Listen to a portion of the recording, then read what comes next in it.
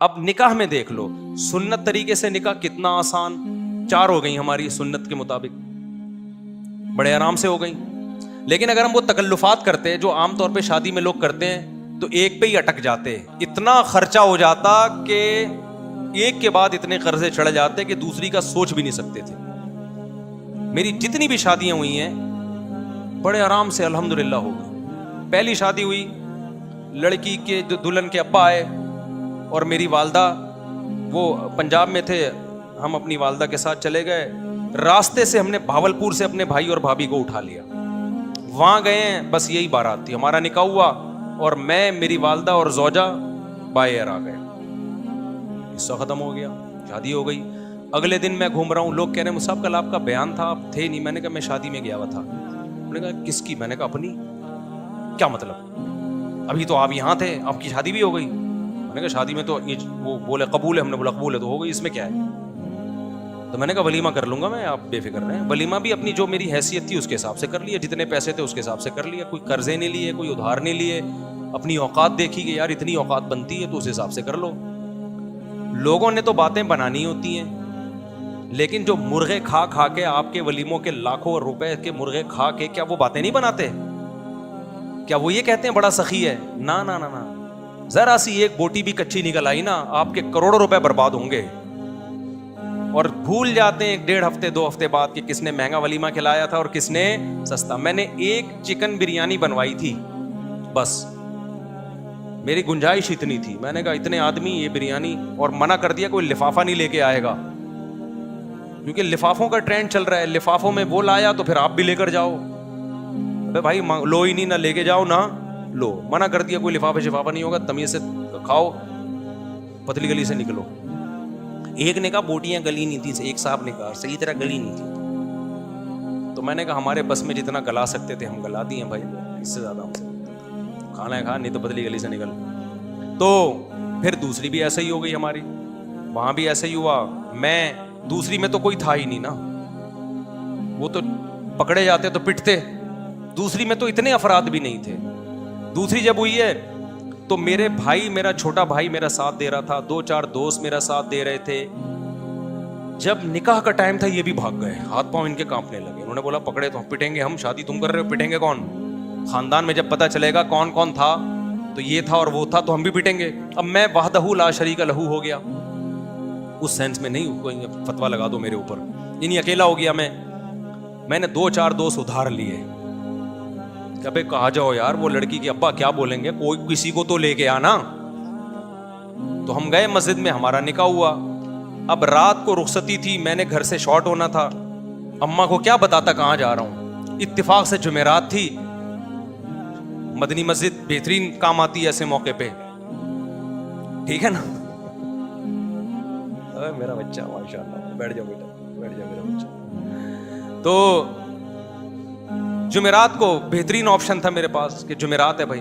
تو رخصتی میں بھی ہماری جو زوجہ, ان کے والدین تھے, ہم تھے, اور شاید 1-8 محلے پڑوس کی جن کو پتا تھا, بس وہی تھے. باقی جو ہمارے گھر والے تھے ان کے رشتہ دار تھے, تو یہ ہمارا ہو گیا ولیمہ.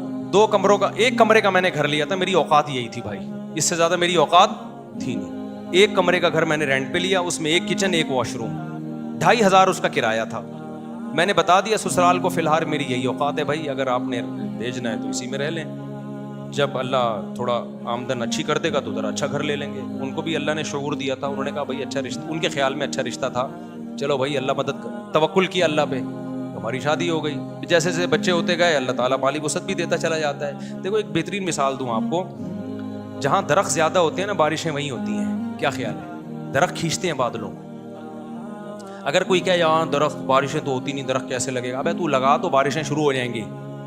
اب کوئی خاتون کہے بھائی میری تو چھاتیوں میں دودھ ہے نہیں, میں بچے کو دودھ کیسے پلاؤں گی, ابے پیدا تو کر, دودھ بعد میں آئے گا. تو جو لوگ کہتے ہیں نا ہمارے پاس پیسے ہی نہیں ہے, شادی کیسے کریں, بچے کیسے پیدا کریں, او بھائی پیدا کرو گے تو آئیں گے. اللہ نے اس کا جو بچے کا رزق اپنے ذمے لیا ہے تو اس کے باپ ہی کو تو دے گا نا. ڈائریکٹ بچے کی تھوڑی جیب ہوتی ہے جس میں اللہ پیسے ڈالنا شروع کر دے. تو ہم نے اس فلسفے کو ہم جانتے تھے بھائی ابھی تو پیسے نہیں ہے, جب شادی ہوں گی بچے ہوں گے تو پیسے بھی کیا ہوں گے, آ جائیں گے. فی الحال 1 کمرے کا گھر میں کرائے پہ لے سکتا تھا, 1 کمرے کا گھر ہم نے لے لیا. جس کی میں دیوار میں نا کیل ٹھوک رہا گھڑی لگا رہا تھا, تو مالک مکان پڑوس میں رہتی تھی, اس نے کہا دیواروں کا بیڑا غرق کر رہے ہیں. اس کو پتہ نہیں تھا مجھے آواز آ رہی ہے, مجھے ابھی تک یاد ہے, دیواروں کا بیڑا غرق کر رہے ہیں. ویسے وہ میرا بڑا احترام کرتی تھی, جی مولانا صاحب ہیں, بڑا عزت دیتی تھی مجھے. وہ مالک مکان خاتون تھی, اللہ کرے کہ وہ حیات ہوں, اللہ ان کی برکت دے, اور اگر انتقال ہو گیا تو اللہ مغفرت کرے. تو بڑا عزت دیتی تھی نا مجھے, مولوی صاحب ہیں ماشاءاللہ. ان کو نہیں میں نے بتایا تھا میری دوسری ہے, ورنہ کرائے پہ گھر ہی نہیں دیتے. دوسری کر کے کرائے پہ گھر مانگو گے مالک مکان نہیں دے گا. ان کو ہم نے نہ یہ بتایا, وہ سمجھ تھی پہلی عقل مند آدمی لگ رہا ہے تو پہلی ہی کر رہا ہوگا. تو وہ بڑا عزت تھے ماشاءاللہ ماشاءاللہ بیٹا.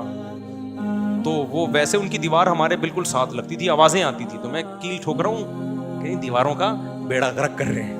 مجھے بڑا اچھا لگا ان کا یہ جملہ. خیر, تو اسی طرح بھائی ہماری سادگی سے ہو گئی نکاح. پھر ہم نے تیسری بھی اسی طرح کر لی. وہ کیسے ہوئی تھی ابھی مجھے ساری شادیاں یاد نہیں ہیں کہ پوری ڈیٹیل, وہ بھی ایسے ہی ہوئی تھی, بلکہ وہ تو اتنی آسان ہوئی تھی. ہم بیٹھے ہوئے تھے تو جو ہماری زوجہ ان کے گھر والے تھے انہوں نے کہا کہ بھائی کیا خیال ہے. پھر مجھے پورا جو ہے نا معلومات لی, کیا آمدن ہے. میں نے کہا بھائی یہ ہماری آمدن یہ ہے, ٹوٹل یہ ہے, تو اسی میں 2 ہیں تو اور چل ہی رہا ہے, اللہ کا شکر ہے. تو انہوں نے کہا بھائی بندہ, ان کا خیال تھا بندہ صاف بات کر رہا ہے, کوئی 2 نمبری نہیں ہے. تو وہ علماء کا خاندان تھا. وہ کون تھے؟ وہ علماء تھے. تو جب بات طے ہو گئی, انہوں نے کہا ہمیں قبول ہے. تو میں جب اٹھ کے جانے لگا تو انہوں نے کہا کہ بھائی ہم مولانا لوگ ہیں, ہم لوگوں سے کہتے ہیں کہ نکاح سادگی سے کرو, آسان بناؤ. تو اب یہ کیا کہ 6 مہینے بعد نکاح ہوگا اور یہ ہوگا, بس جب بندہ پسند ہے نا سب کو. انہوں نے کہا ہاں بھائی نکاح پڑھاؤ.